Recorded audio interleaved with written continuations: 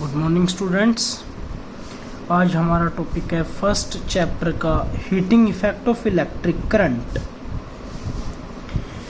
जब किसी भी एक कंडक्टर के अंदर से करंट पास होता है तो वो हीट प्रोड्यूस करता है। तो मेनली ये है, उसके पीछे कारण क्या होता है हमें वो देखना है।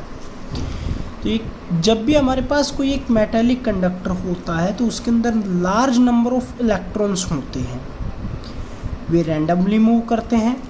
जब कंडक्टर किसी सोर्स यानी कि बैटरी या सेल के साथ कनेक्टेड होता है तो सभी इलेक्ट्रॉन्स नेगेटिव टर्मिनल से पॉजिटिव टर्मिनल की तरफ मूव करते हैं। फ्री इलेक्ट्रॉन्स का मोशन स्मूथ एक पर्टिकुलर डायरेक्शन के अंदर नहीं होता है और वो एटम्स के साथ कोलाइड करते हैं। जो एटम्स और आयंस हमारे पास फ्री बचे के कंडक्टर के अंदर, उनके साथ कोलाइड करते हैं, जिससे कि एटम्स और आयंस की काइनेटिक एनर्जी इंक्रीज हो जाती है। इंक्रीज क्यों होती है? क्योंकि जो फ्री इलेक्ट्रॉन्स की जो एनर्जी थी वो एटम्स या आयंस के पास ट्रांसफ़र हो जाती है, जिससे कि एटम्स का ज़्यादा एम्पलीट्यूड के साथ वाइब्रेट करते हैं और एटम्स की काइनेटिक एनर्जी इंक्रीज होती है, जो उसके टेम्परेचर को इंक्रीज करती है। और जब कंडक्टर का टेम्परेचर इंक्रीज हो जाता है तब हम ये कह सकते हैं कि वो हीट प्रोड्यूस्ड करेगा। ठीक है, तो ये हीटिंग इफेक्ट जो कंडक्टर का था वो हमारे पास जूल ने दिया था। तो joules law of heating effect के नाम से भी जाना जाता है। तो इसका जो कंक्लूजन था वो ये था कि according to Joule's, heating effect of electric current in a conductor that is directly proportional to the square of the electric current flow through it, कि जो हीट प्रोड्यूस्ड करेगा किसी एक कंडक्टर के अंदर से, जितना करंट पास होगा उसके स्क्वायर के डायरेक्टली प्रोपोर्शनल होगा। दूसरा कंक्लूजन क्या था?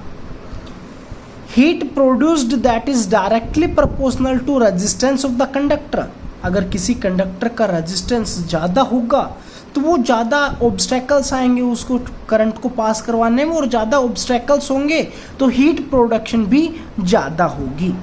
Means heat produced in a conductor is directly proportional to the resistance of the conductor. तीसरा जो कंक्लूजन निकल के सामने आया वो ये है, heat produced in a conductor is directly proportional to the time for which the electric current flow through the conductor, कि कितने टाइम के लिए उस कंडक्टर के अंदर से करंट को फ्लो किया जाता है। यानी कि अगर मान लीजिए किसी एक कंडक्टर के अंदर से 5 मिनट के लिए करंट फ्लो हो रहा है तो कोई भी एक हीट प्रोड्यूस्ड होगी। अगर उस टाइम को अगर हम सेम कंडक्टर में से 10 मिनट के लिए करंट को फ्लो करवाएंगे तो टाइम ज़्यादा इंक्रीज हो गया, तो उसके अंदर से हीट प्रोडक्शन भी ज़्यादा होगी। जैसे कि सिंपल एक बल्ब का एग्जांपल हम ले सकते हैं। अगर हमने बल्ब का स्विच ऑन किया, कुछ टाइम के लिए ऑन किया, बल्ब कुछ हीट प्रोड्यूस देता है, हीट हो जाता है बल्ब। अगर हमने तुरंत उसके स्विच को ऑफ कर दिया, करंट बंद हो गया, कम टाइम के लिए दिया, कम हीट प्रोड्यूस करेगा। रेगुलरली अगर हमने उसको 10 मिनट तक स्विच ऑन रखा तो ज़्यादा टाइम के लिए ऑन हो गया, 10 मिनट के लिए, तो वो हीट प्रोड्यूस भी ज़्यादा करेगा। अगर और ज़्यादा टाइम के लिए उसको बल्ब के स्विच को ऑन रखते हैं तो और ज़्यादा हीट प्रोड्यूस करता है। तो कंक्लूजन यही निकल के सामने आता है, H is directly proportional to T।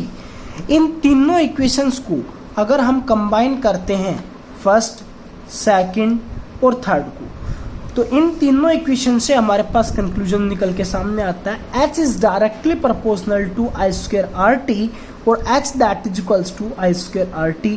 यहाँ पर डायरेक्टली प्रोपोर्शनल कांस्टेंट की वैल्यू, यानी कि डायरेक्टली प्रोपोर्शनल के साइन को हटाने के लिए हम जो यूज़ करेंगे उसकी वैल्यू होती है 1। ठीक है, according to Ohm's law I that is equals to V by R, ये भी होता है ओम्स लॉ के अकॉर्डिंग। इसलिए हम जो ये इक्वेशन बनी थी, जो हमारे पास फॉर्मूला बना था H that is equals to I square RT, इसी को हम I की जगह पर V V by R put कीजिए यहाँ पर, तो क्या बन जाएगा V square by R square, एक आर से एक आर कैंसिल, तो क्या बन गया V square by R into T. और इसलिए यहाँ पर जो हमारे पास हीट का दूसरा फॉर्मूला ये भी हो सकता है H that is equals to V square by R T. देखो जो फर्स्ट फॉर्मूला बना था वो करंट, रेजिस्टेंस और टाइम के रेस्पेक्ट में था। सेकंड फॉर्मूला जो था वो पोटेंशियल, रेजिस्टेंस और टाइम के रेस्पेक्ट में है। इसी तरह हम एक फॉर्मूला और भी बना सकते हैं।